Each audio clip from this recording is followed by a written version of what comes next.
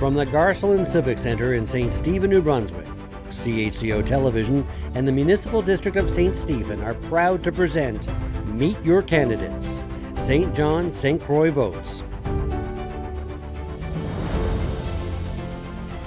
Here's your moderator, Vicki Hogarth. Good evening and welcome to Meet the Candidates for St. John St. Croix, hosted by CHCO-TV and the Municipal District of St. Stephen. I'm your moderator, Vicki Hogarth. We will begin by meeting your candidates in alphabetical order. First, we have Andrew Hill for the NDP.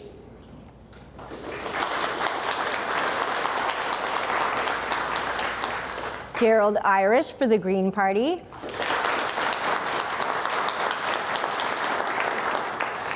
Karen Ludwig for the Liberal Party.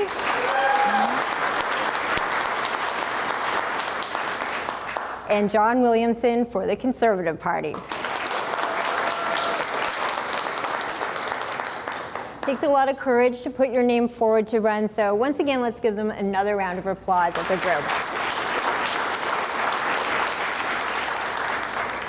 Before we begin, I want to go over the rules and the format of how tonight will work. Each candidate will have up to 90 seconds for their opening remarks. We'll start in alphabetical order, and after opening remarks, the order will alternate for each question to ensure fairness. During the question and answer session, each candidate will have up to 90 seconds to respond to each question. The questions have been submitted by the public and vetted by CHCO. Candidates have not seen the questions prior to tonight. They'll be hearing them here for the very first time. We'll get to as many questions as we can within a 2-hour window. For closing remarks, each candidate will have up to 2 minutes to share their final thoughts. A bell will ring 15 seconds before your time is up, just once, and when your time is completely up, it'll ring 3 times. Michelle Vest is my lovely bell person for the evening, but so much more. She set up this entire room for us tonight, so another round of applause for the Municipal District of St. Stephen. We've done so many events together. They're always flawless, and I appreciate not just the effort she puts into it, but the enthusiasm she brings to it as well. Lastly, I want to emphasize that this evening is about respectful engagement. While we may hold different perspectives, different ideas, the event is an opportunity for us to demonstrate how we as a community can listen to one another, even in disagreement. As neighbors, we share more than just our riding. We share a commitment to making it a better place for everyone. Thank you, candidates. Thank you, audience. I look forward to beginning. We are going to start with opening remarks. Andrew, because your name is first alphabetically, we'll start with you. Your 90 seconds start now. Thank you for having me. I'm Andrew Hill, your federal NDP candidate for St. John St. Croix. I joined the Canadian Army when I was only 19 years old. From day one, it was drilled into us that we were representing something bigger than ourselves. We were standing up for Canada and fighting for values like integrity, respect, inclusiveness, and teamwork. These are the values at the core of being a soldier, and they are the values carried by the NDP. Throughout my career in the Canadian Armed Forces, I learned that service is about making a difference. Everything we did was for the success of the mission and for the betterment of others. These experiences have shaped my belief that those of us who have more than we need have a responsibility to prop up those of us who have less. This is what the NDP stands for, a commitment to fairness, compassion, and leaving no Canadian behind. The NDP has always stood for Canadians. We're the party of Tommy Douglas, who gave us universal health care, the party of Jack Layton, who delivered Canada's first NDP budget, prioritizing everyday Canadians over the powerful and wealthy. Now I want to bring the same dedication and determination that guided me in the Canadian Armed Forces to the House of Commons as your representative. Together we can build a Canada where fairness, compassion, and opportunity aren't just ideals, but realities. NDP values are Canadian values. Thank you. Thank you, Andrew.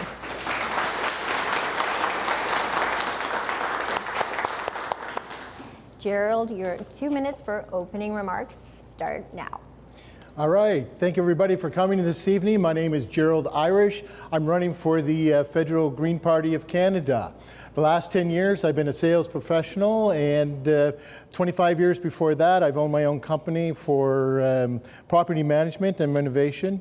I consider myself a community builder, being on several boards and chairing several community groups that we used neighborhood events to help support people in the area.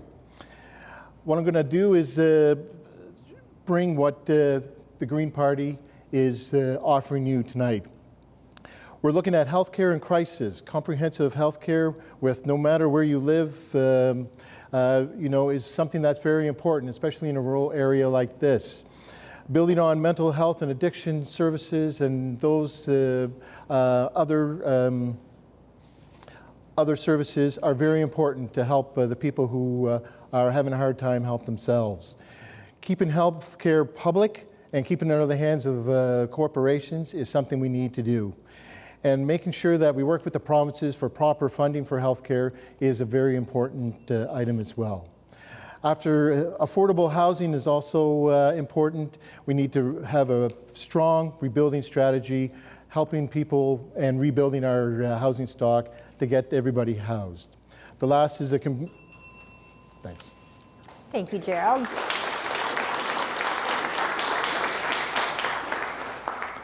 Karen, your 2 minutes for opening remarks starts now.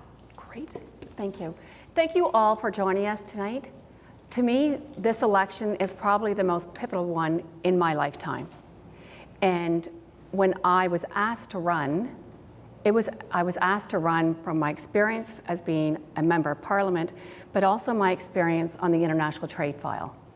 And when I was looking at what was happening south of our border and the changes that were being introduced, consistently inconsistent, it was scary. And my friends, my family, and my neighbors were also concerned. So the party came to me, it was David Lametti, and he asked me, I knew you from international trade as the parliamentary secretary. He was the former, in the end, the Minister of Justice. Would you run for us again? We need your trade experience, and we need your balanced approach in Parliament. And many people didn't know this in 2015, because trade wasn't on a high profile like it is today. I have over 20 years of international trade experience. I taught international trade in the MBA program at UMBSJ. I taught international trade management. I won teaching awards there. I worked with local businesses. We partnered them up with students. And in Ottawa, I was the Canada-US Vice Chair for Interparliamentary Group. I also was on the International Standing Committee for Trade, and I worked on NAFTA, CETA, TPP, and steel and aluminum. So I'm here tonight to gain your trust for your vote. Thank you, Karen.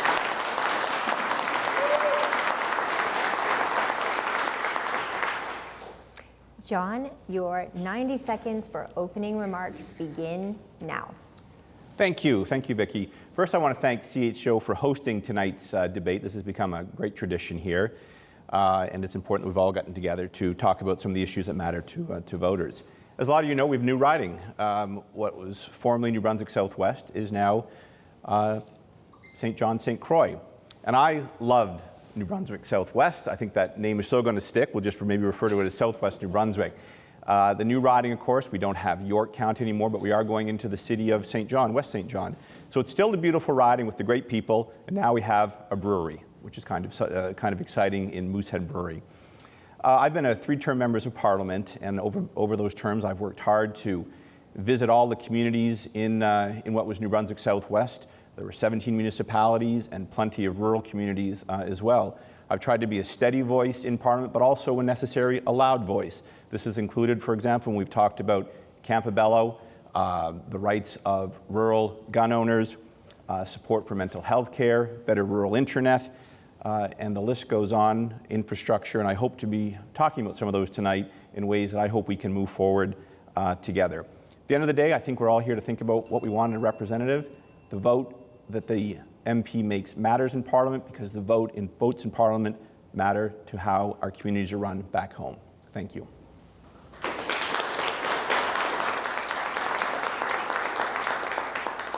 I'm going to jump right into questions.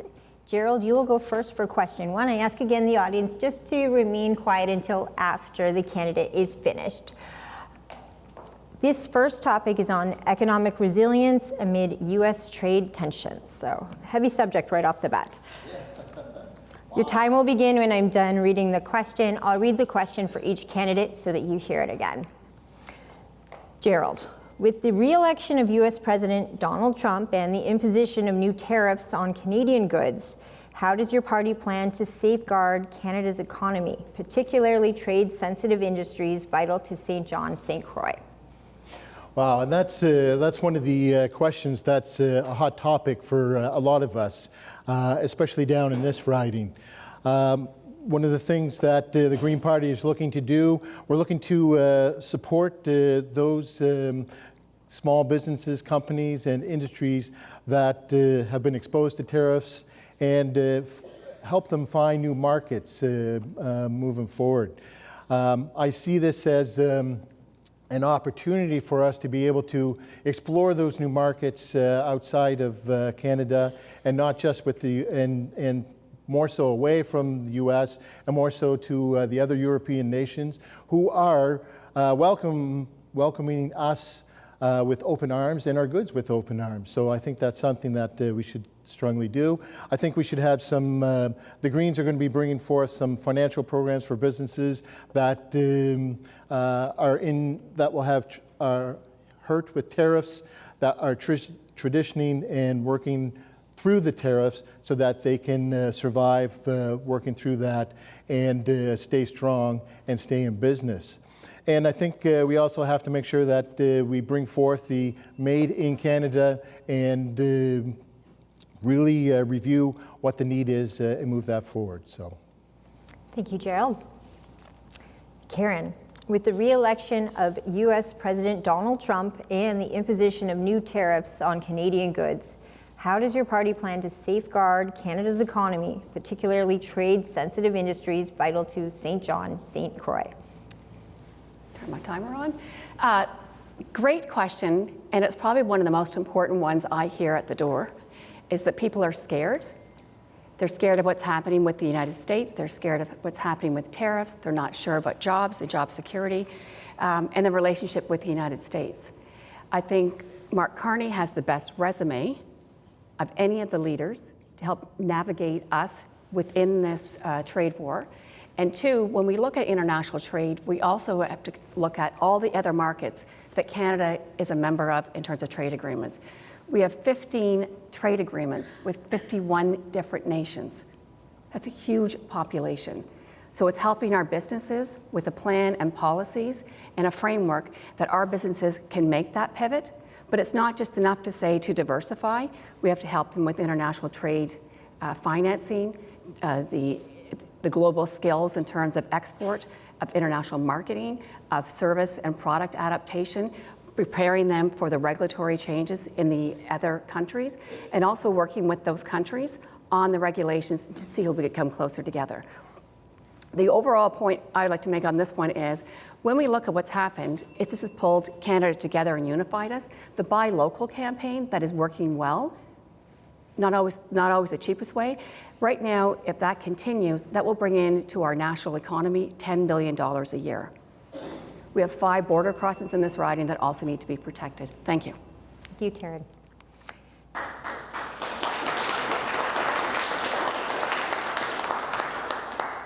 John, with the re-election of U.S. President Donald Trump and the imposition of new tariffs on Canadian goods, how does your party plan to safeguard Canada's economy, particularly trade-sensitive industries vital to St. John, St. Croix? Thank you. Well, jobs in the economy is always a top issue in any election, the number one issue. And that is more true today in this election. I haven't seen an election so important than since the 1988 free trade debate, which galvanized the public and got people talking about our future. And that, I think, is happening here today. What a new Conservative government would do would be to strengthen our economic fundamentals here at home and create jobs. We would lower taxes on business and investment. We would cut job-killing red tape on small businesses, medium-sized businesses. We would work to recommit ourselves to build the Energy East pipeline to St. John that was killed 10 years ago. If we had that pipeline today, we'd have a secure we'd have a secure supply of made in Canada oil coming to the St. John refinery. The excess would be sold overseas to our allies in Europe. Instead, sadly, we sell Canadian oil to the Americans at a discount because they're our only suppliers. That needs to change. We're going to focus on made in Canada businesses, find new market opportunities, and we're going to ensure that going forward we have a strong negotiating position with the Conservative government will not submit to Donald Trump. We will fight for Canada, and we will assure our sovereignty is protected and respected.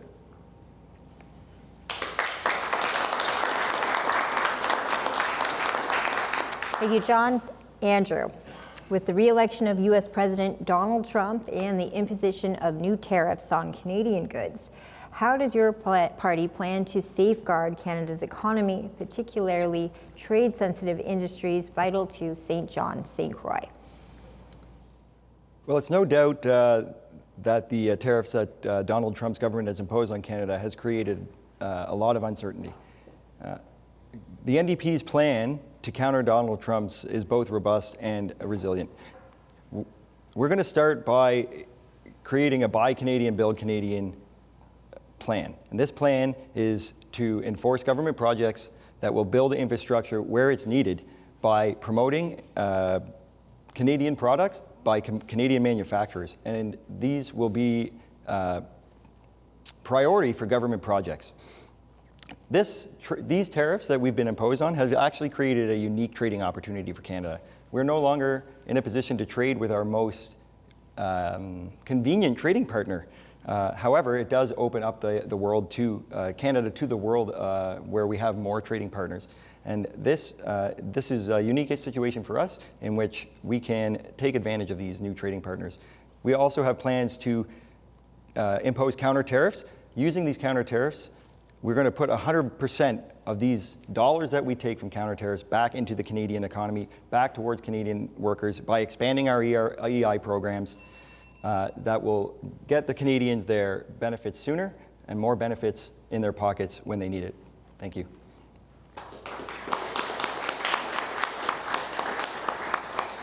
We're already on to question 2, which is about addressing the cost of living.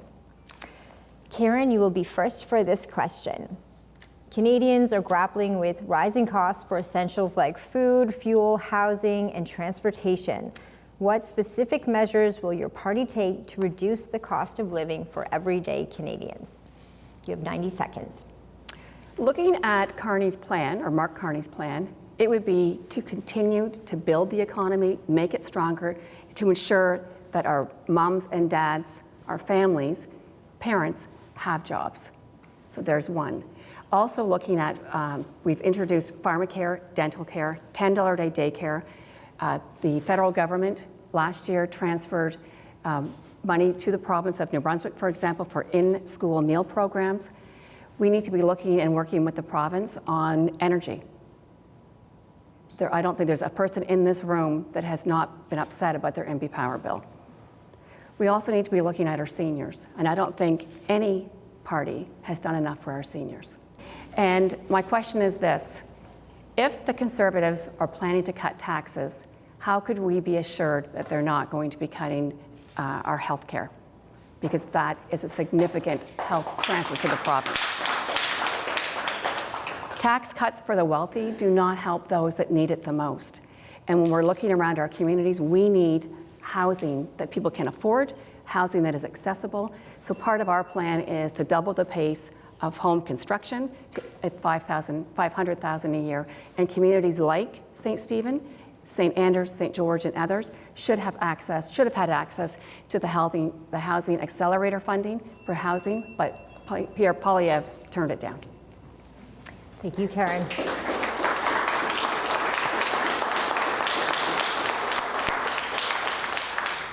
John, Canadians are grappling with the rising costs of essentials like food, fuel, housing, and transportation. What specific measures would your party take to reduce the cost of living for everyday Canadians? Your 90 seconds start now. Thank you. I'm going to focus on our plan, which is to lower taxes on working families and seniors. We are looking at lowering the bottom income tax rate from 15% lower, so it would save working families about $2,000 a year. This would also apply to seniors that choose to work, and as well we're making changes to the senior pension plan so they can defer their retirement income should they choose to do so in today's volatile market. There's no doubt that people are struggling under the affordability crunch that has largely been caused by the government. Take, for example, the carbon tax. We're going to get rid of it not only on the consumer side, but the industrial side. Because believe me, when it comes back, and the federal government, the Liberal government, if they're in a position to do it, and they put it on our businesses, Irving, other businesses in this province, it will get paid by consumers. We all know that. We need to eliminate the carbon tax for good. It has done nothing to help the environment. It has only hurt families, and that is why there is now universal agreement to get rid of it, at least during the election. We're going to get rid of it for the entire going forward. We're going to spend more on healthcare like we did in office, and we're going to make sure homes are built so the next generation of Canadians have homes and not nightmares when we look at the housing prices.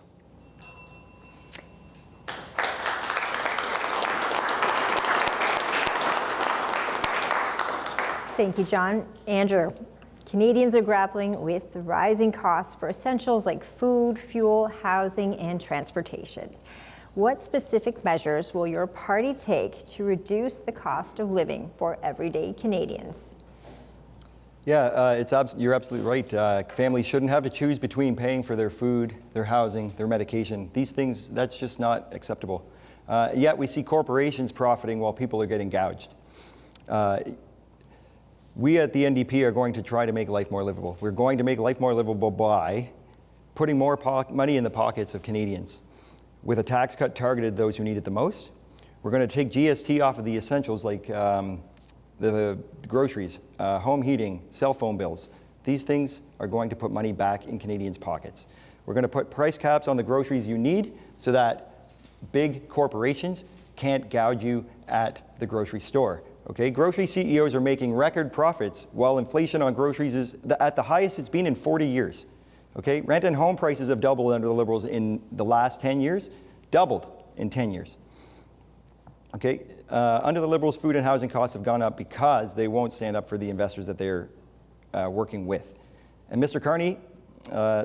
Poilievre is who I'm focusing on now. He's going to make the big cuts you count on as well. He's going to cut things that you need, dental care, child care. Why? So he's going to give tax breaks to the rich. We will not make tax breaks for the rich. We are going to stand up for Canadians. Thank you. Thank you, Andrew. Gerald, you're last for this question. Canadians are grappling with rising costs for essentials like food, fuel, housing, and transportation. What specific measures will your party take to reduce the cost of living for everyday Canadians? Well, this is certainly an issue that is affecting us all, down from those who are homeless and are in need of care, our elderly, vets, and everyone. And I think what we really need to do, and what the Greens are planning to do, the first thing we'll do is bring in some tax breaks. We'll bring the basic tax amount from $15 or $15,000 to $40,000, and that's going to be our first measure of helping out Canadians work through what we're doing right now. We got to get back to building housing, getting people back to work. We don't have the housing stock to house the people we have now, and we really need to bring that to an affordable level and bring it under a good, solid, sustainable government program where people don't have to choose between groceries and rent and heat and power. And the last thing, one of the things the Greens are going to do, We're going to review the pricing processes, bring together a consumer board for groceries so we don't have price fixing and those type of actions that are really hurting Canadians.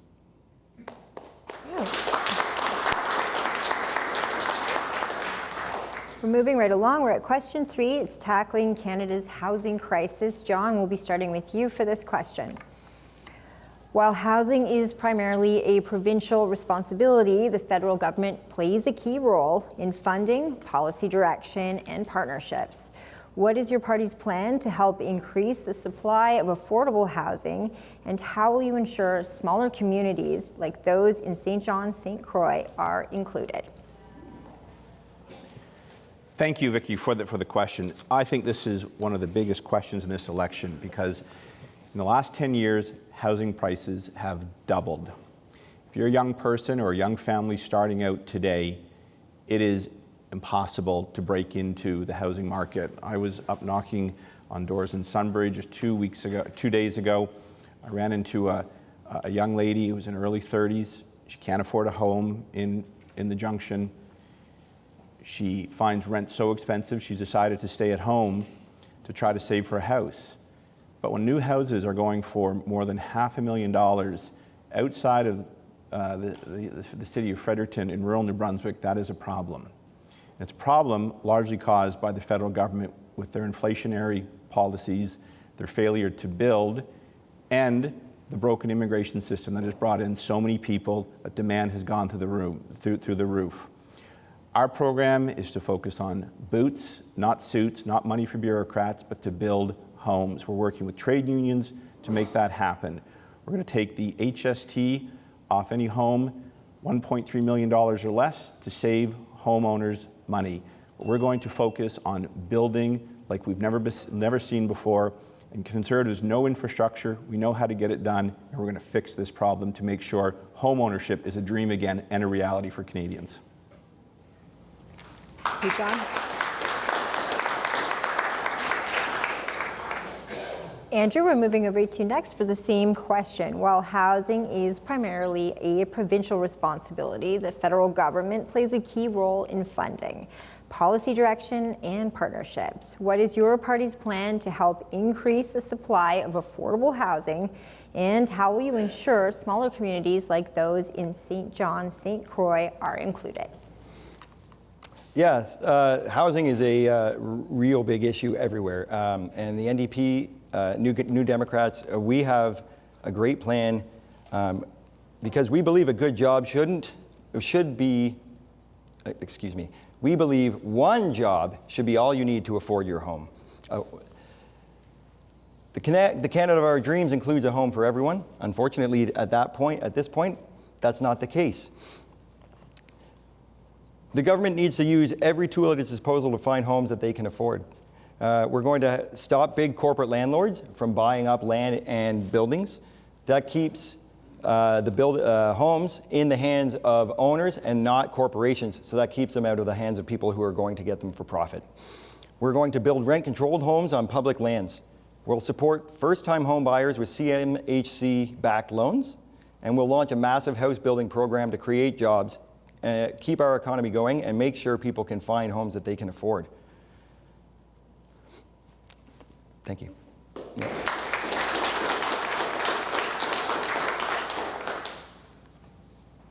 Gerald, while housing is primarily a provincial responsibility, the federal government plays a key role in funding, policy direction, and partnerships. What is your party's plan to help increase the supply of affordable housing, and how will you ensure smaller communities like those in St. John, St. Croix are included? That's a great question, and one that's on all of our minds all the time. The Green Party is looking to send out the call for all hands on deck, not just within the federal, all the different parties, but with the provincial government. We have to stop thinking of along the different political lines and start thinking about the people we're serving. We have to make sure we can bring affordable housing to the people, and we have a very strong rebuilding strategy in order to help those who need it. We have to keep the corporations out of our housing stock who treat it as a commodity and help artificially inflate our housing prices, so the houses are a 1-bedroom or a 3-bedroom bungalow is over $400,000 in areas where it shouldn't be. We have specialty and unique areas like St. Croix, St. Andrew, St. Stephen, St. George, all along Blacks Harbor, up and down. Those are great opportunities for us to take a look and review and say, what are your needs? The Green Party is going to take account and listen to the people, what they have and what's their challenges, so that we can go in, get the plan, get the funds together, and move forward with that. And we're going to make sure we do all this heavy building and everything else with training the right people and making sure we do that.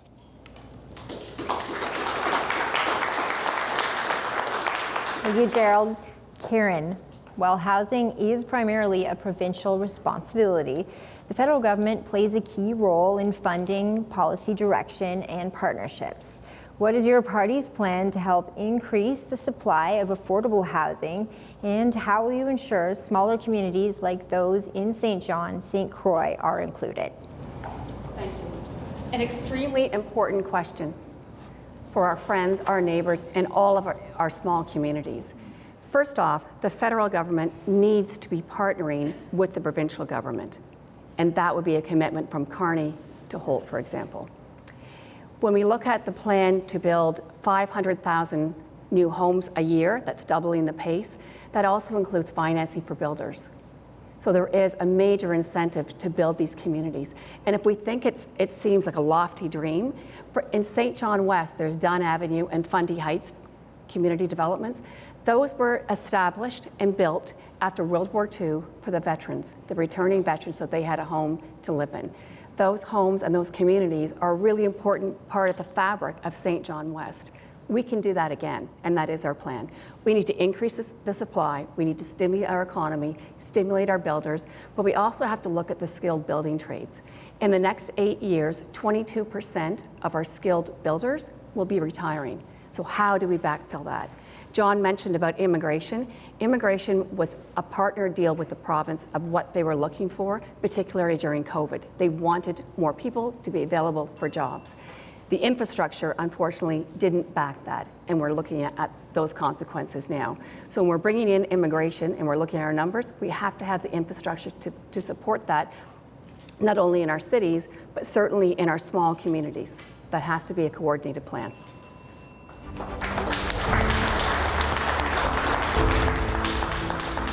From the Garcelon Civic Center in St. Stephen, New Brunswick, you're watching Meet Your Candidates, St. John, St. Croix Votes on CHCO Television. We will be back after these messages.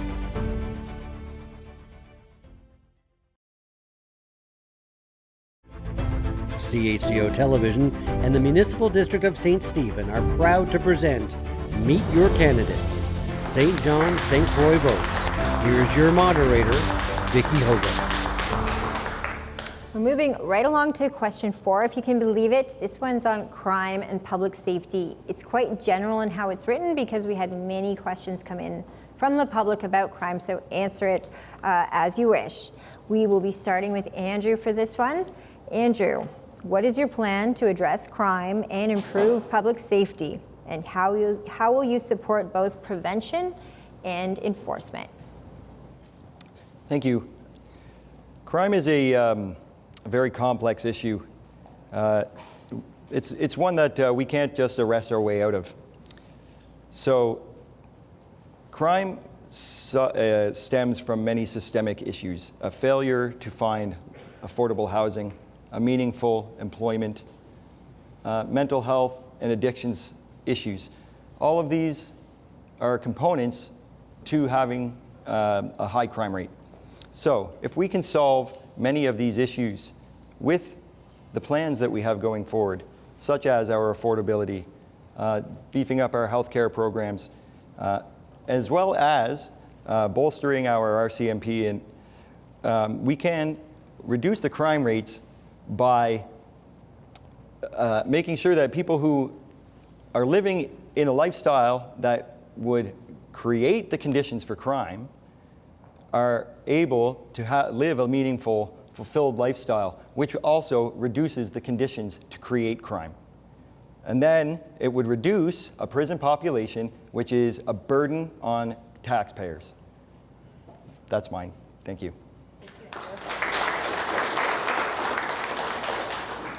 Gerald, what is your plan to address crime and improve public safety, and how will you support both prevention and enforcement? Two issues that are very important on how we live our day-to-day. Public safety and crime, two very broad topics for sure.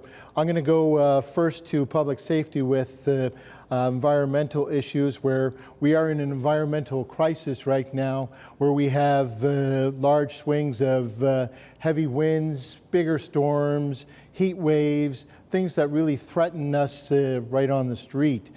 The Green Party are going to continue to work on those particular crises by bringing in or building on renewable energy, so we're able to help bring down those threats. Right now, we have our policing and our RCMP who are working hard. You know, they're having trouble in being bogged down by some of the things that are new on the streets. We have more homeless people on the streets. We have more people with mental illness on the streets, and they are ill-equipped and not as well trained as they should be to be able to handle such situations, and we really need to help support them in doing that. Thank you, Gerald. Karen, what is your plan to address crime and improve public safety, and how will you support both prevention and enforcement? Okay, I'm going to answer this as public safety as in crime, not necessarily national disasters. And I can say this, from what I hear at the doors in St. John, St. Croix, it is a problem. It is a problem that people are scared. They're locking their cars, they're locking their doors for the first time. We probably all should have, and locking their sheds. The challenge in the communities that I hear is on the policing side. Yes, we need more officers in our communities, but we don't have adequate housing. And if we had adequate housing is actually one of the most deterrents to crime. So we work on that. Will also impact the longer way in terms of crime prevention. The other area that my colleagues have mentioned is mental health and addiction. Our police officers, when they're at these doors and they're dealing with issues, are not prepared. That's not in their training to deal with mental health and addictions. So we do have to look at the wraparound services for our communities. Last year, when Premier Higgs was in office, he had received a record amount of health transfers to this province. And by choice, over the last number of years, they've been not dedicated to healthcare. And that is wrong and that is shameful. Had we had more dedicated resources for healthcare, such as mental health and addiction, we may not be in this situation. John's going to say about guns, and I can say, there are two of us up here that are licensed gun owners. I do understand gun licensing. Our gun licensing is very strong in this province, and we do need to protect our hunters. And I did vote against government on the definition of a variant gun. So thank you. Thank you, Karen.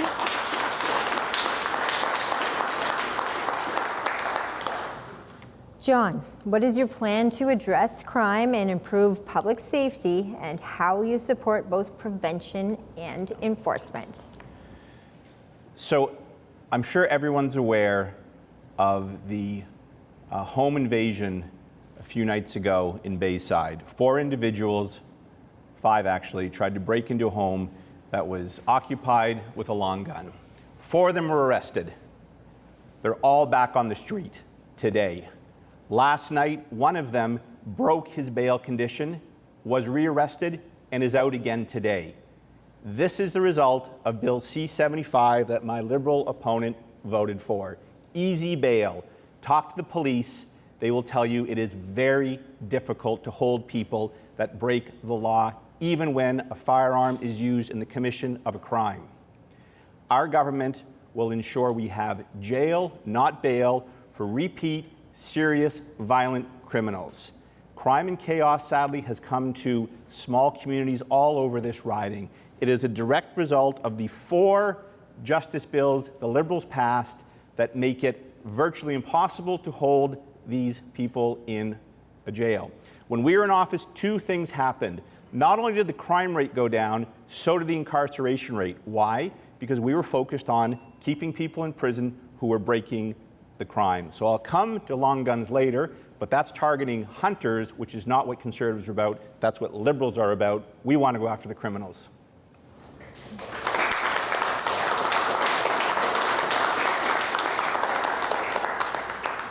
Moving on to healthcare is our next topic, and we will be starting with Gerald.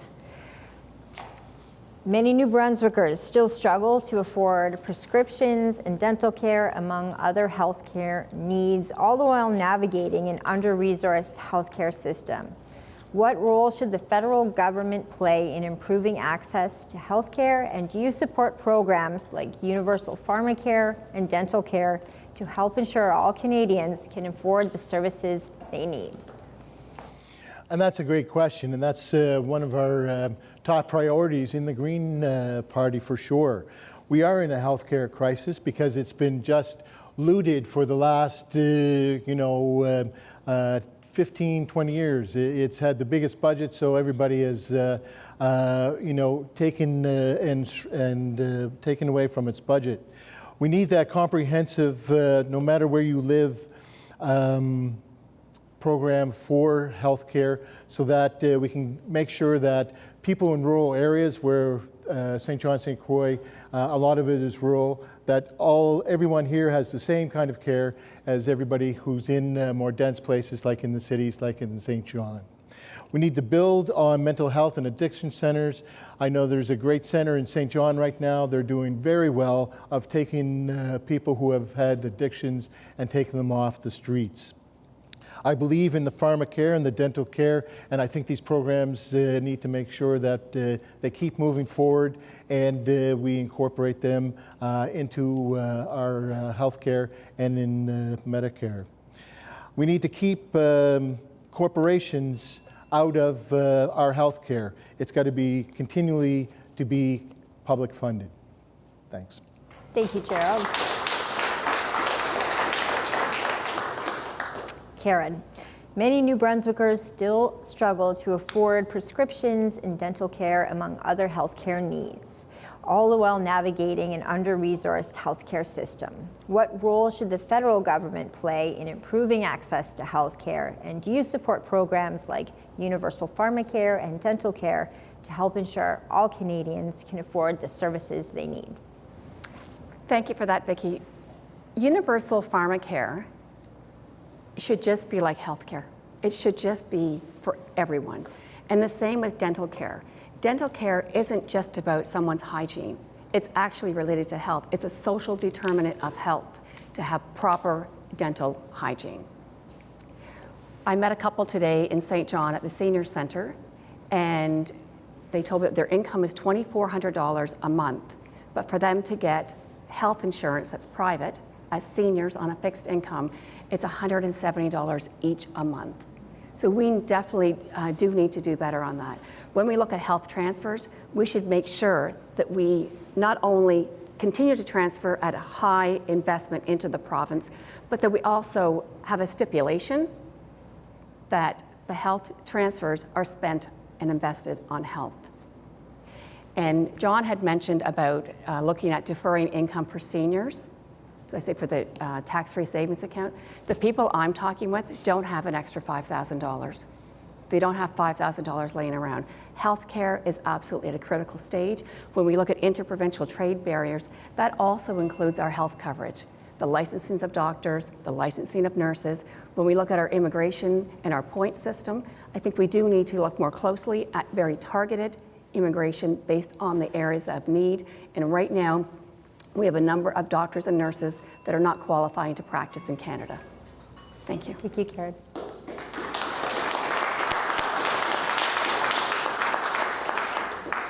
John, many New Brunswickers still struggle to afford prescriptions and dental care, among other healthcare needs, all the while navigating an underserved healthcare system.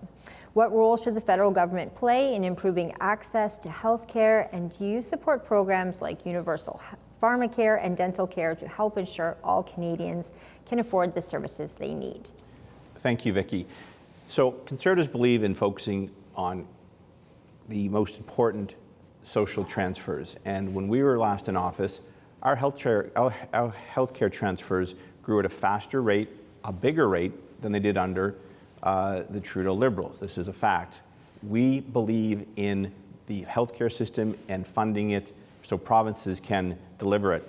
And I'd ask Karen, if a provincial government wasn't spending health dollars correctly, why didn't the government do something about it? The federal government has the power to withhold health transfers if money's not spent properly. So it's just like immigration, it's just like housing, and now on healthcare, it's someone else's fault. But we elect a government to govern for us. When it comes to other areas that we're focused on, we're committed to, is improving the mental health. It's a problem that has grown right across this province and this country. When it comes to addiction and treatment, we want to fund spaces for 50,000 people. We don't think the proper response to the drug epidemic is free drugs from the federal government paid by taxpayers. We think treatment and recovery is a better solution. And when it comes to programs like pharmacare we mentioned, our position in Parliament was, yes, for those that need it, but we had objections to their bills because a universal system would imply that private systems would no longer agree. We think they should both operate together. Thank you. Thank you, John. Andrew, you are the final for this question. Many New Brunswickers still struggle to afford prescriptions and dental care, among other healthcare needs, all the while navigating an under-resourced healthcare system.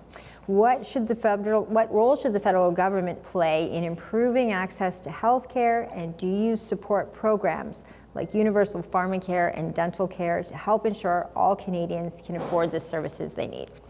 Thank you.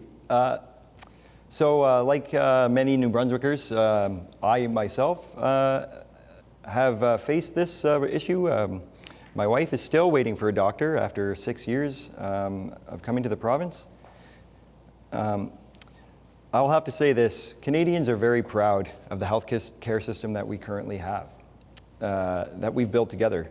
Tommy Douglas introduced it for the NDP, or with the NDP back in the 60s, and he was named the greatest Canadian, as we all know. However, privatization and decades of underfunding has led this to a crisis now. And now we have people who are waiting in pain and can't even see their own doctor. And we have a government that wants to balance a budget, and that's going to cut services. And we have another government that wants to make their system private. That's more like the American system where people have to pay for their care. 3/4 of bankruptcies in the United States are due to medical bills. We cannot do that to our system. We are going to make a pan-Canadian licensing system. We need to train and hire more doctors and nurses so that we can get this system up and running. We need to bolster medical system, work with provincial governments, and get this system back up and running. The NDP is all for pharmacare. Obviously, we fought with the Liberals to get it introduced. They claim it as a victory for themselves, but it was ours. Thank you.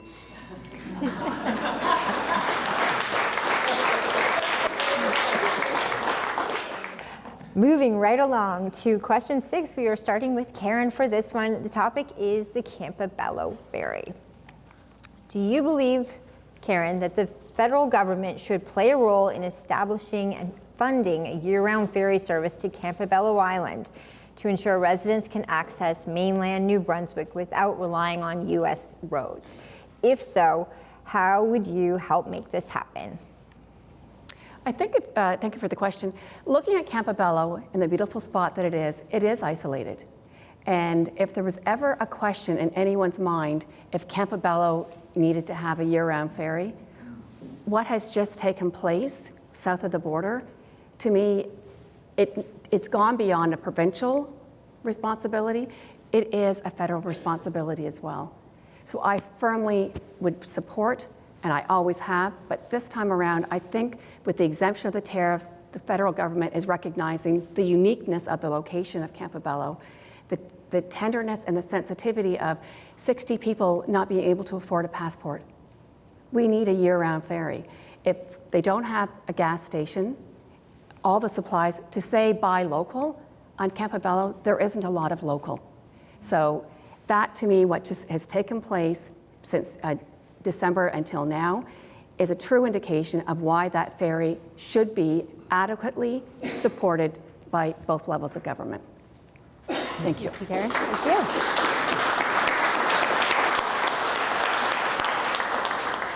John, do you believe the federal government should play a role in establishing and funding a year-round ferry service to Campobello Island to ensure residents can access mainland New Brunswick without relying on U.S. roads?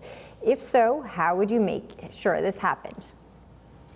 Thank you. A great question. Campobello's been in the news a lot recently. It always seems to be in the news when there's friction between us and the United States.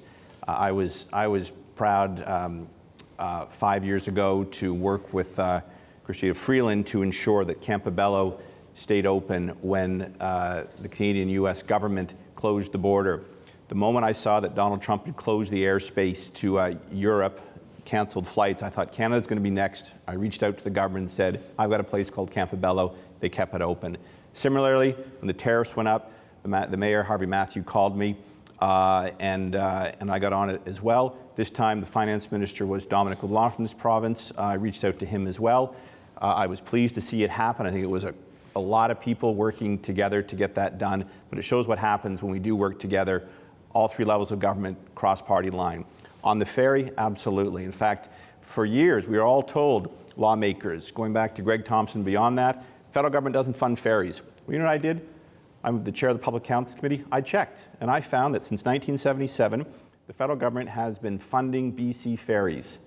So what's good for the goose is good for the gander, and since then I've encouraged the provincial government to put a package together, a plan for a ferry, go to Ottawa and say, here's our plan, you fund ferry service inside BC, we want the same deal for New Brunswick. I think if that happens, it will happen. But the province needs to put forward, we found the money, we know where it is, now we have to get it done. Thank you. Thank you, John.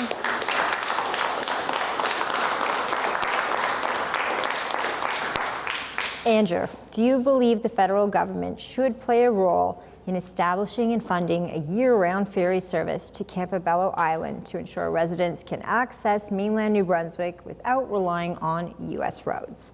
If so, how would you help make that happen? So the short answer to that is yes. Firstly, I think that having only one mainland road through another nation's sovereign territory is a major flaw for a community. That being said, the federal government has a responsibility to work with the communities, municipalities, provincial governments to ensure that the communities that it is protecting or it is providing for have the resources they have to live in need. So that being said, I would use my position as your representative to raise this issue with the government and fight to get this ferry. As the my other colleagues here have said, it is obviously an issue that the federal government is aware of, so we'll just keep pushing to make sure it happens. Thank you. Thanks, Andrew.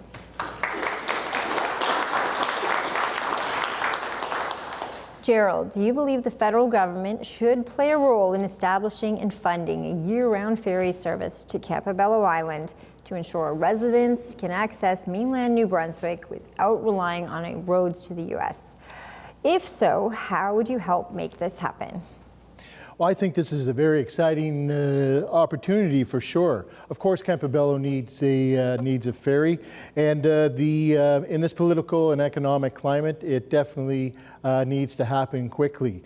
And the federal government needs to take a leadership role here in bringing this to the forefront. And let's do some cool stuff. Let's build an electric ferry that can ferry the cars back and forth. The Norwegians certainly have this mastered and build them all the time now, and that's what they're using. And also, let's build it here. let's build it here so that the jobs stay here, the design stays here, all those things stay here. I'm reminded with Tony down of Elections Canada, and he was telling me because the ferry's not there or it's just the road, they have to hire a boat to bring the voting packages back and forth. He said he's going to have to put his captain's rubbers on and go back and forth and hit that corridor. So I think that, yes, that is something that the federal government needs to work. Thank you. Thank you.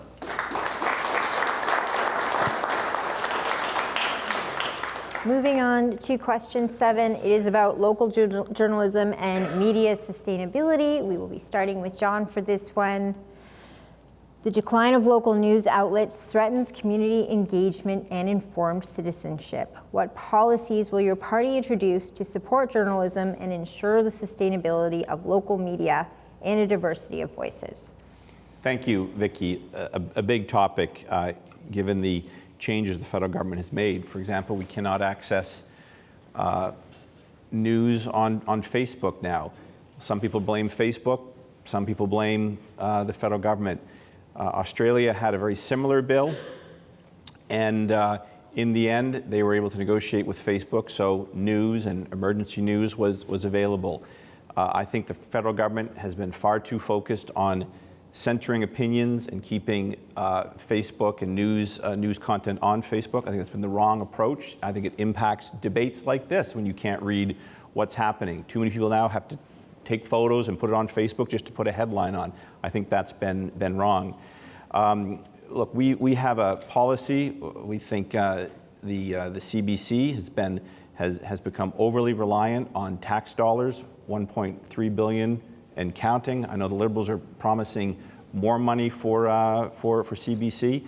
This is something we think should be changed. We think this is not the 1950s anymore. There is a wide and varied news environment out there. But the problem is when you give one outlet, like the CBC, $1.3 billion, that makes it hard for all the others to compete. Because who's going to buy an ad with them or a subscription when you get it all for free on the CBC? So we need a level playing field, something we don't have now, and the censorship has to end. Thank you.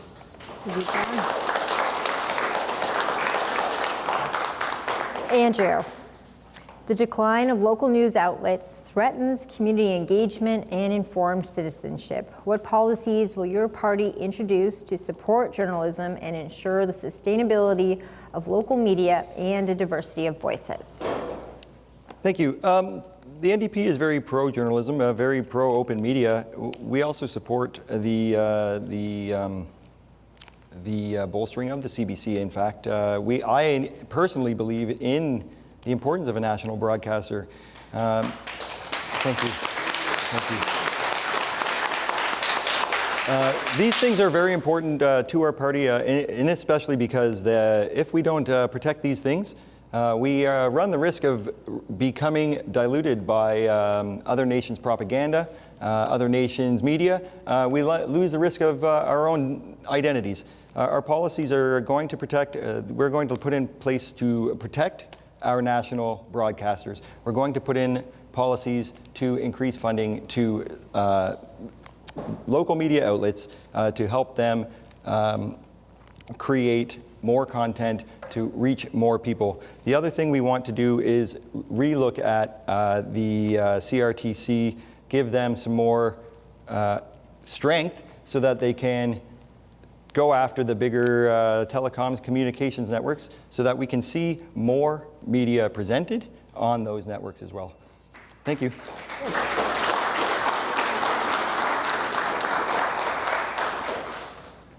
Gerald, the decline of local news outlets threatens community engagement and informed citizenship. What policies will your party introduce to support journalism and ensure the sustainability of local media and a diversity of voices?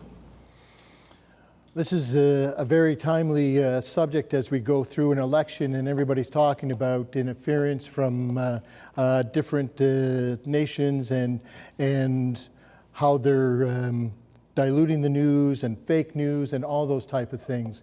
And for me, I think the Green Party is 100% behind the CBC. They are Canadian, our Canadian national identity. I grew up with the CBC, all of the different programs that was there. Of course, we can certainly build on the programs that they have and make them stronger. And I can't believe the amount of fake news and those type of things. Yes, there's all kinds of these small little news outlets happening, and internet news and those type of things. You can go on the internet and find all kinds of things, but you just don't know the validation of all the content that they're printing and that they're saying on the internet. So it's a hot topic, and it's something that the CRTC is really going to have to, as Greens, we're going to have to ask the CRTC to really have a strong program to make sure that we're all safe from bad media. Thanks, Doug.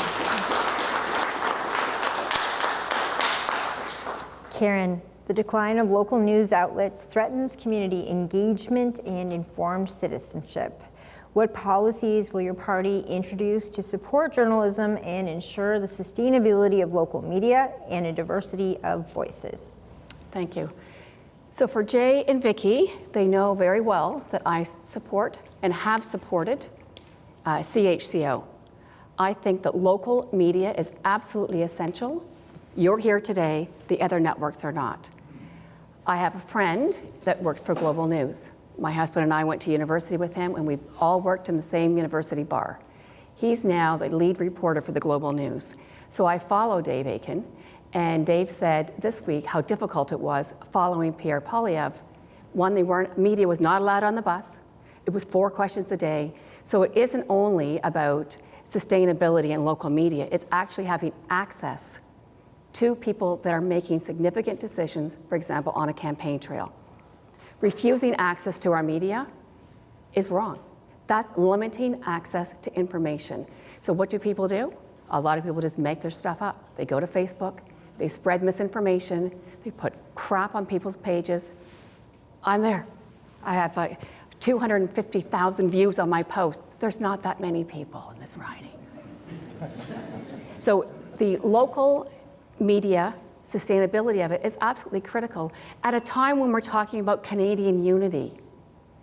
We want Canadian messaging, we want Canadian content. Yes, we want that perspective globally, but we want our Canadian content. And we want our Canadian producers and filmmakers to be celebrated, not going south of the border to share their skills. Thank you.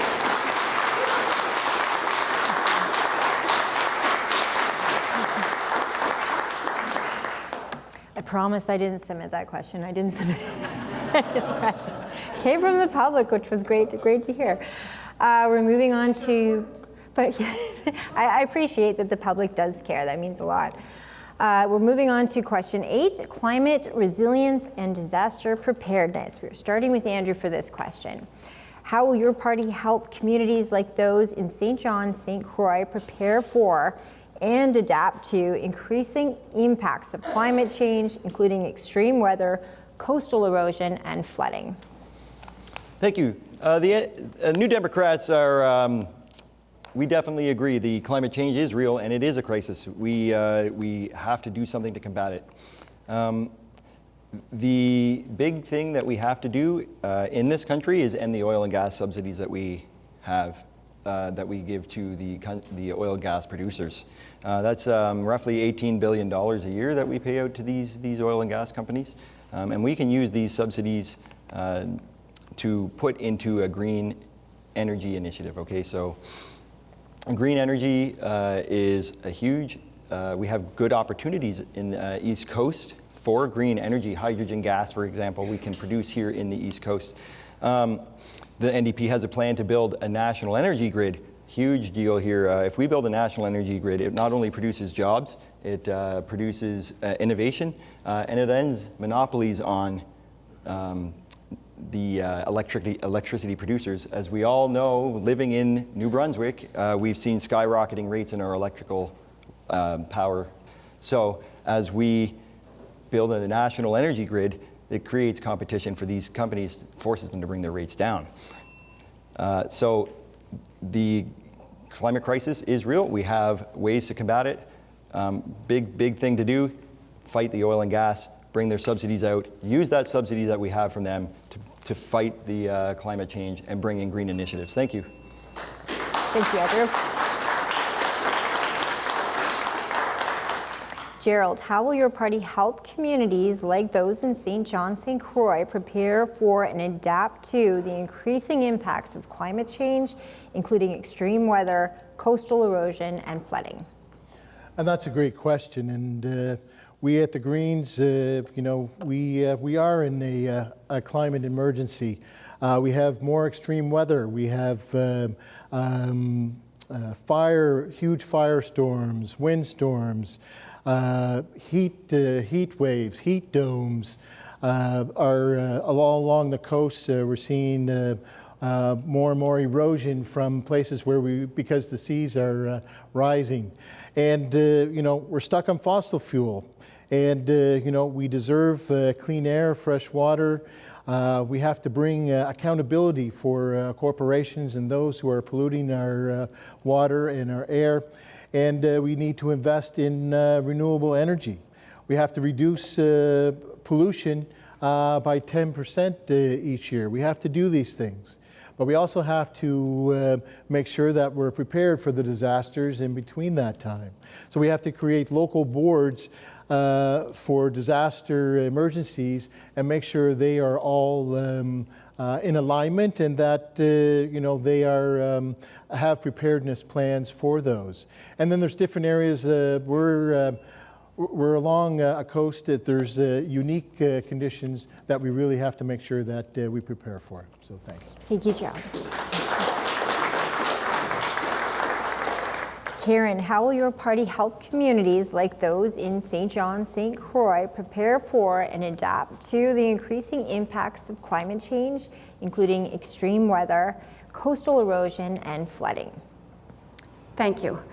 A really important question. When I was in office from 2015 to 19, so although there have been a number of laws passed, I have not been in office for 6 years. In terms of climate change and its impacts, I remember vividly the flooding along the St. John River. Those communities were not prepared. And when we look at the zoning rules around building along the waterway, we need to be working with municipalities to work on the rezoning of that. And also when we look at the construction of our homes, to build the same old again, our insurance rates in this room are all going up because we're doing the same thing over and over again. So when it happened with the flooding, I asked Premier Higgs, when we were at Base Gagetown looking at all the maps, if there's an opportunity, could you talk to the insurance companies? Because they're paying out each time people put their homes back in the same spot. So one is on the zoning. The other one is if we look at our small craft harbors. If we look at the harbor, for example, in St. Andrews, yes, that harbor and wharf needs a significant amount of work, but it also needs to be considered that it has to be higher and probably different materials. That's with all of our small craft harbors. The zoning for buildings, carbon capture. It's not just something that's an idea. I know of groups in this province that are self-funding, they're capturing carbon and they're turning it to fertilizer. If we look when I ran for politics in 2015, I ran because of Harper's cuts to science. We cannot be cutting scientific research because our policies have to be reflected with scientific decisions. Thank you.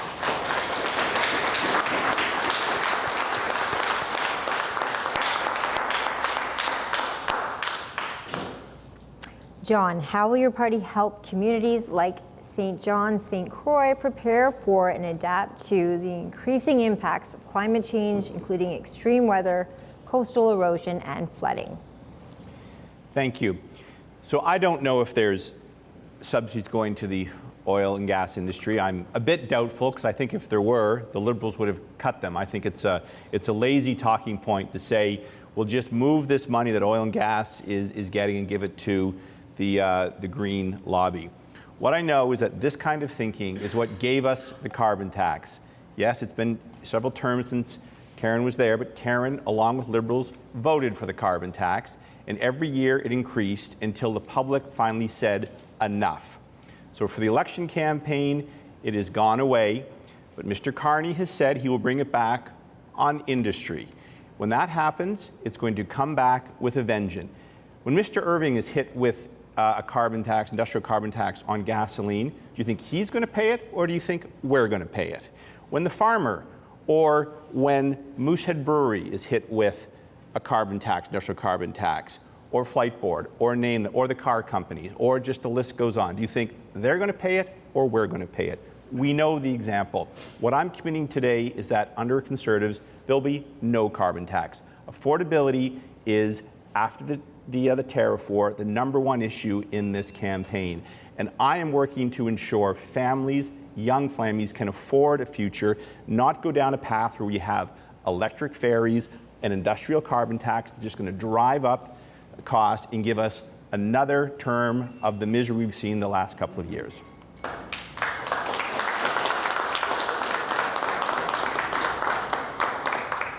We're at question 9. We're moving along quite speedily. Very exciting. We're doing a great job, everyone.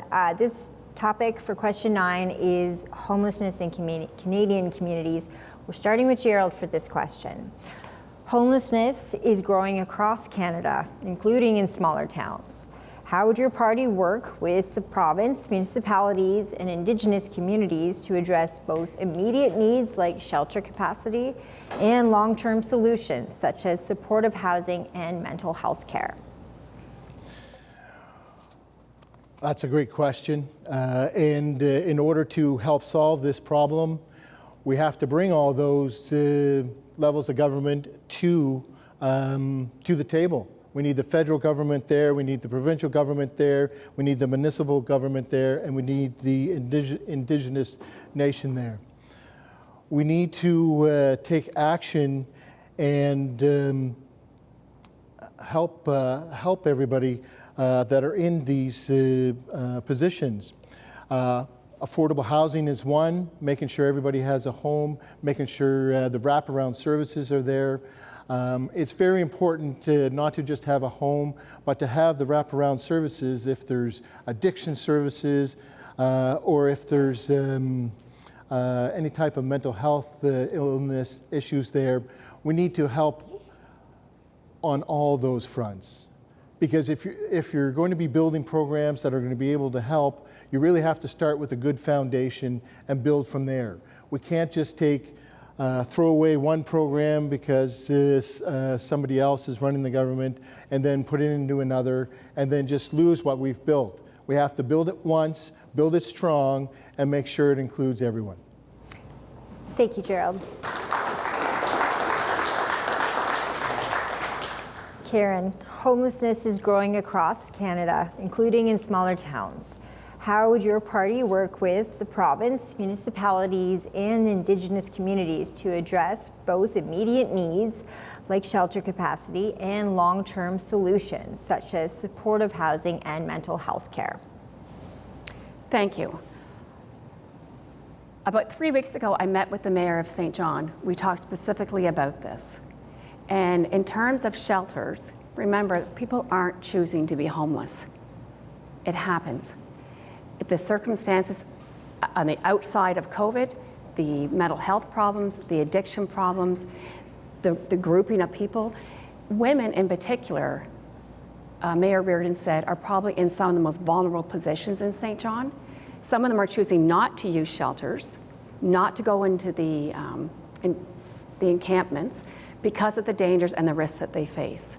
So we have to better prepare in terms of mental health, addiction, our community services, but it's not just government. It's also the not-for-profit groups, the groups that are working in the community that do such valuable work, that the ones that are the most connected. They're the ones that are going to help us. Just put someone in a place where they don't want to be only makes it worse on the outside of that.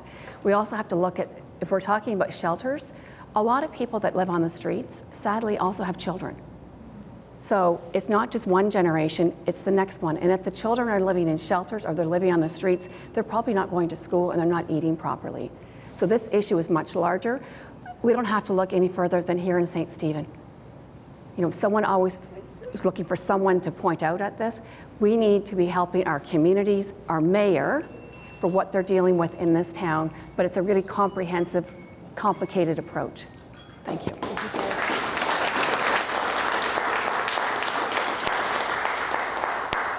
John, homelessness is growing across the country, including in smaller towns. How would your party work with the province, municipalities, and Indigenous communities to address both immediate needs, like shelter capacity, and long-term solutions, such as supportive housing and mental health care?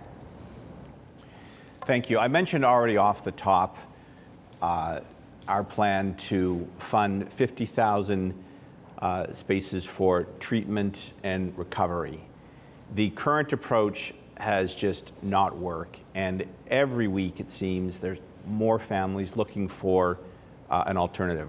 And 50,000, incidentally, is the number of people that have died in Canada in the last decade from opioid addiction. There's more people that were killed in the Great War fighting for our freedoms. It shows the chaos that has come to our streets. Now, homelessness is obviously a very complicated issue, and I don't believe homelessness automatically or hard times automatically leads to a life of crime. We've had people over the generations who have faced hard times. It's a jail and bail system that is broken. It is mental health. It is drug addiction, but it is also a housing system that is broken. The number of people on food banks has also doubled in the last 10 years. Prices have doubled. We've not built enough homes, and to focus on that, I mentioned the HST cut. We also want to incentivize cities across the country to zone faster so builders can build and we can get people back into homes. Thank you.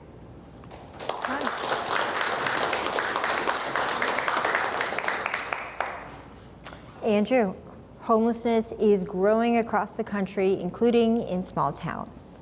How would your party work with the province, with municipalities and Indigenous communities to address both immediate needs, like shelter capacity, and long-term solutions, such as supportive housing and mental health care?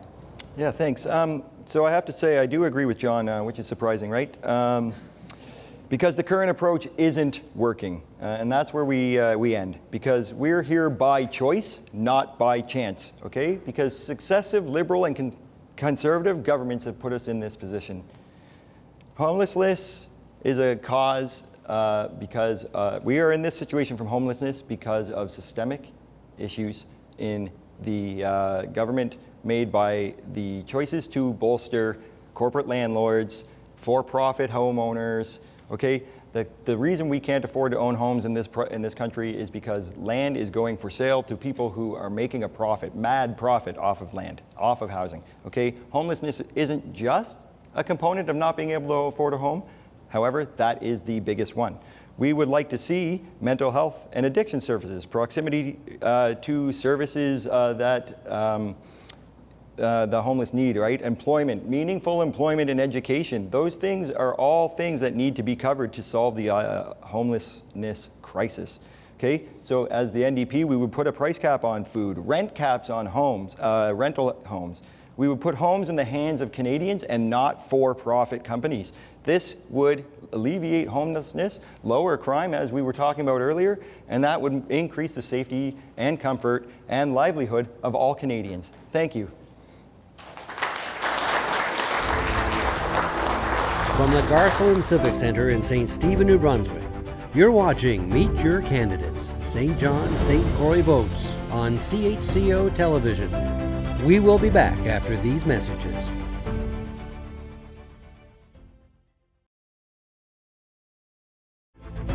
CHCO Television and the Municipal District of St. Stephen are proud to present Meet Your Candidates, St. John St. Croix Votes. Here's your moderator, Vicki Hogarth. We will start with Karen on this one. This question is just about top priorities, so really take it for whatever it is that's most important to you. Karen, if elected, what are the first three issues that you as a representative of St. John St. Croix would focus on, and how do you plan to begin addressing them on day one? Only 3? Okay. The first one would be looking at tariffs and looking at where we are globally in terms of our global skill set and where we are looking at in terms of partnerships and selling our goods and services. Because we have to have a really strong, robust economy again to afford to pay for all these social programs that we've been talking about tonight. So the tariff and that relationship with the US would be number one. It's one of the reasons that I stepped up again to run after 6 years of not running, to be able to offer my trade services within this area. And this area in particular is extremely vulnerable. Probably one of the more vulnerable spots in the entire province.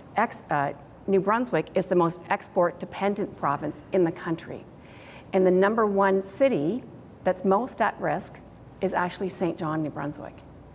When we look at the type of industries that we have, it's important to keep a carbon tax on industry, because if we don't have a carbon tax on industry, it's going to be very difficult selling our goods to Europe, for example, with the requirements that they have. They expect there to be a tax on industry, or else they will tariff our goods. The other one is looking at housing. I think that's absolutely critical, and building our small communities, and getting back to a representative that's actually in the riding, lives in the riding, cares about the riding. When I was the MP, I held 40 town halls. I knew what was going on in my communities and my neighborhoods. Thank you. Thank you, Craig.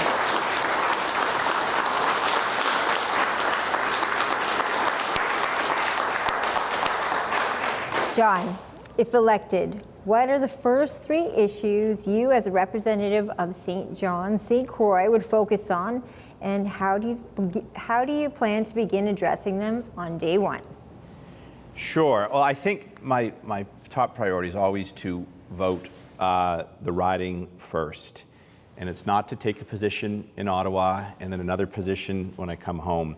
This idea that Europe needs a carbon tax to trade with them, China doesn't have a carbon tax. The United States doesn't have a carbon tax. Most nations don't have a carbon tax that trade with Europe. We're being set up again for a carbon tax repeat. Karen voted for it in her first term, and she'll vote for it again, and it will come back again with a vengeance. Things that I would do, I would appeal some of the bills that Karen passed, like C-75, the easy bail that is now bringing crime and chaos to our streets. I'd stand up for the fishing industry. I oppose marine protected areas that will kill aquaculture, something that I think led to Karen's defeat in 2019 when the federal government said they would pull pens out of BC. They're moving on that. It has aquaculture fearful in this province now. Traditional fisheries as well is fearful for MPAs. Seasons aren't being enforced.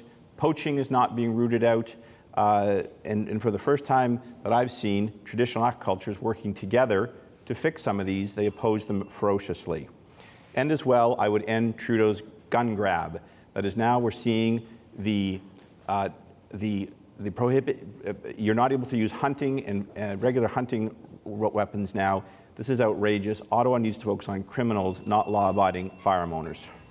Thank you, John.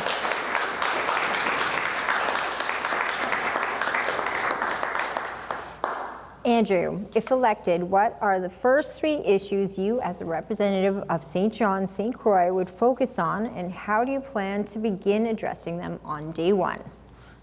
Yeah, so good question, thank you. My top 3, there's so many. I would work on healthcare first. I'd really like to see an expansion of the pharmacare and dental care that we've pushed earlier this year. So as we know, we got the pharmacare plan to cover diabetes and prophylactic birth control medication. This plan, it could cover so much more. There are so many Canadians that can't afford their medication, so pushing this, expanding Medicare, medicine should be the same as your all of your medical expenses covered by Medicare. The second biggest priority is housing. I would work to see the government working with nonprofits, co-ops, and other alternative housing agencies to bring down the prices of housing, train more builders with a pan-Canadian licensing system for builders and tradespeople, And also, I would like to be a voice for veterans in the House of Commons. That's one of the reasons I ran for this position. Our veterans have great support. However, in the House of Commons, sometimes it feels like we're a little overlooked, and so I'm here to be a voice for them as well. Thank you. Thank you, Audrey. And finally, Gerald, if elected, what are the first 3 issues you as a representative of St. John St. Croix would focus on, and how do you plan to begin addressing them on day 1? Well, the Green Party, as I said at the very beginning, we have our 3 top points. One of them being healthcare, making sure pharmacare, dental care, working on mental health services and making sure those type of services are properly funded. Then we're going to affordable housing. We got to build, make sure the people who need housing get housing, keep the corporations out so that we can stabilize the housing market and keep it so that regular people can afford homes. Climate emergency, we got to reduce the threat. We have to bring in renewables. We have to invest in renewables, and we have to make sure that that keeps moving forward. And you know, we have to get back to helping people. Let's help the people who are actually in the ridings, because people don't trust us. They don't trust the government, any level of government, and we have to build that trust back up, and we'll do it by the big 3, as I call it: healthcare, affordable housing, and climate emergency. Thank you.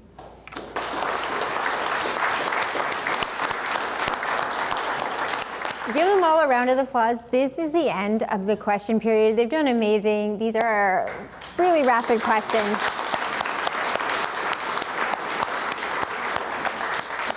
And I really do want to take a moment to thank you, the audience. You've been so kind, so supportive, and really everything we could hope an audience could be, especially at what seems like a very polarizing time, to see us come together as neighbors and be here and clap for each other as we make our decisions. It's really quite special and very meaningful. When you read sometimes mainstream news, you get a different picture of what Canada can be, and being in this room right now reminds me of why I love living here. So thank you for that.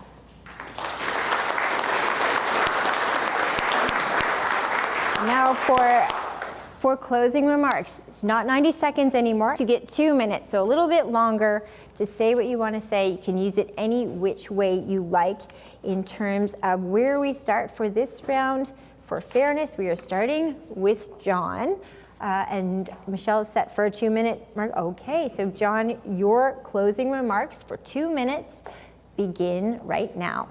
Well, thank you, Vicki. And again, thanks everyone for coming, and for those who are tuning in to watch it online or on television, thank you for joining us as we make a decision ahead of April 28th on the next government. I think at a historic time. I think Karen and I agree on that this is a very consequential election. It's going to have an impact, I think, on Canada and how we proceed together as a country. You know, I think one of my priorities will be, after the election, should I be returned to Parliament, is what has always been, and that is when the election's over, you put away the party colors and you roll up your sleeves and you get to work for the people in this riding, but across the province. We're a mighty province, but we're a small province, and I've discovered that if we don't work together, the municipal levels, provincial and federal members of Parliament, if we risk arguing amongst one another, funding opportunities will disappear. A bit like the BC Ferries one, for example, that had gone under the radar for so long. When I raised this issue in the House of Commons some time ago, I was actually met by a response from a government member who said, we look forward to an application from New Brunswick. So I will continue to press the province of New Brunswick to bring that application forward. These are the kind of things that happen behind the scenes, that we try to improve the lives of everyday New Brunswickers, whether they're working, just coming out of school, in school, or seniors. But also, I think who you elect does have an impact on the societies we live in. I've listed a number of measures that Karen voted for that are now causing problems back home. Just going to address a few other issues that I think are important locally. For example, in 2017, Liberals voted for the beer escalator tax, which is Moosehead's #1 competitive concern. I'm going to oppose so-called safe injection sites in the city of Toronto and city of St. John, pardon me, as well as Toronto, and I want to build a pipeline to St. John. Thank you. Thank you, John.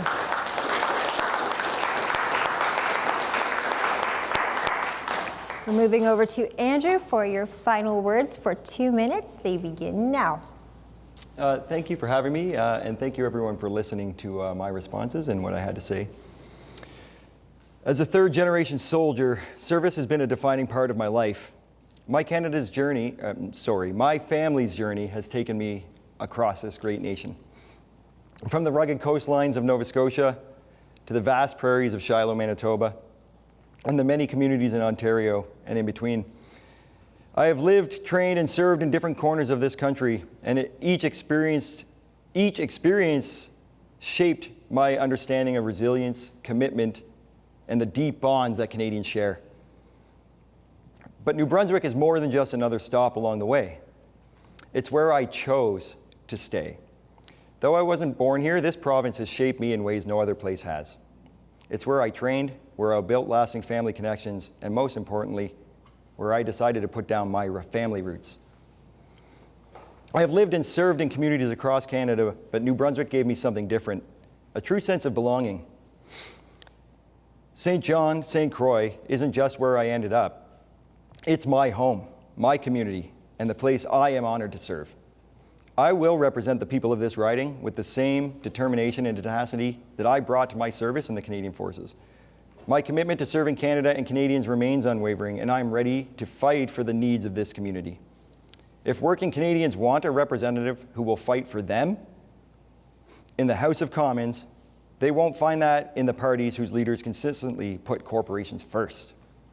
The NDP stands with workers, families, and everyday Canadians. Together, we can build a future where fairness, compassion, and opportunity are the foundation of every decision we make. Because the government should work for its people, not the wealthiest. Thank you very much.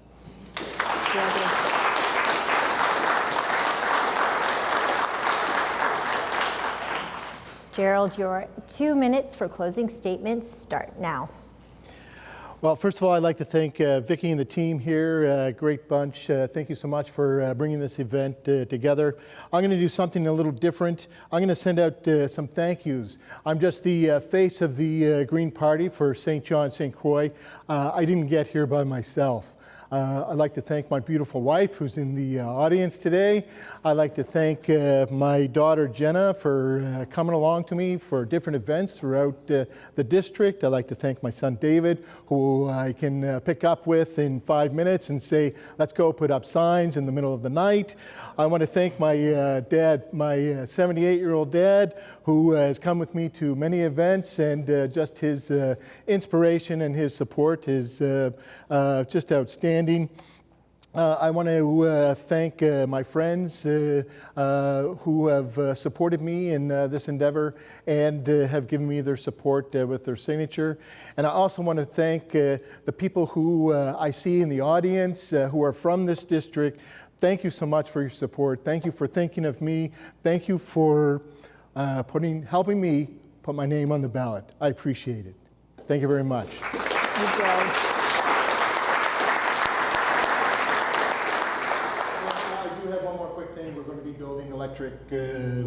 We are going to be building those electric ferries. Yes. Thank you, Gerald.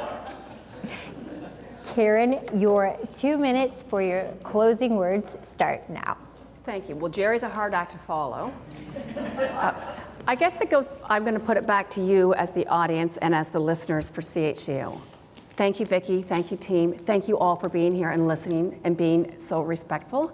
My questions are this: what kind of Canada do you want Canada to be? That's what I believe this election's about. Which leader do you think is best to guide us and navigate us in a different direction in the midst of trade wars? Which representative up here do you think would best represent you in Ottawa and in the riding? It's about trust, it's about leadership, and it's about track record. I can say that I voted for pharmacare. I believe in dental care. That happened after I was in office. I also believe in the $10 a day daycare. My colleague talks about affordability, voted against pharmacare, voted against dental care. His party voted against the $10 a day daycare. And I look over at the mayor of St. Stephen. I don't see any other mayors here for Charlotte County, for example. The housing accelerator funding is really critical to getting this housing programs that we keep talking about. But Pierre Poilievre told 17 of his MPs, one of them is my colleague to my left from the Conservative Party, not to advocate for the funding because he was going to cut the funding, and all those little communities did not get a dollar. That is not right, that is wrong. Even if you're in opposition, an opposition member can be very effective. I have a very good friend, Karen Vecchio, she was the Conservative member for Waterloo. She was removed from her committee as chair because she advocated for the funding and accepted it for her riding. So when we look at this election, it's a pivotal one for our country on leadership, on direction, where we want to be as Canadians, and who do you want to be having in Ottawa to represent you? Someone that holds 40 town halls or someone that doesn't? Thank you.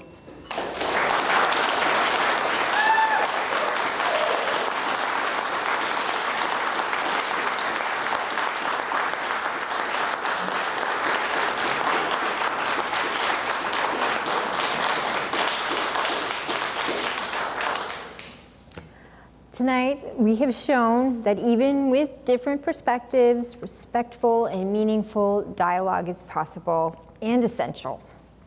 Thank you to our candidates for your thoughtful responses and commitment to St. John, St. Croix, to the Municipal District of St. Stephen for hosting us, to Michelle Vest for making the Garcelon a true community hub. I couldn't do many things without you.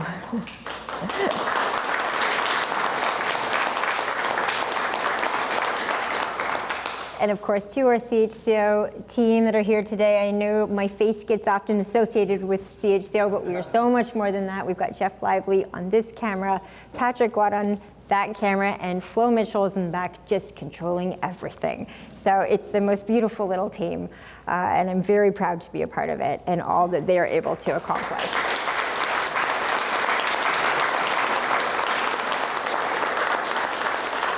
It's also really special to look out in the crowd and see so many familiar faces from all over our riding, to see other journalists like Derwin Gowan from Quaddy Tides. I always buy his newspaper and I recommend you do too. He's at everything, and it's special to see other journalists as we navigate the news desert that is New Brunswick, people that still care about our area. It's wonderful to see Mayor Alan McEachran here. I think I see Brian Cornish, but my eyes are a bit big. And MLA Kathy Baucus is here well. So what an engaged and wonderful group of people who wanted to come tonight to see it in person. I'm hoping the candidates will stick around a little bit longer, so if you didn't feel your question that you submitted was fully worded the way you wanted it to be worded, perhaps you'll have an opportunity to speak with them in person. Now, thank you to all of you who are watching at home after the fact. We may be a small community, but when we come together with empathy and purpose, we can make a real impact. Now, it's your turn to make your voice heard at the polls and help shape the future of St. John, St. Croix. Thank you.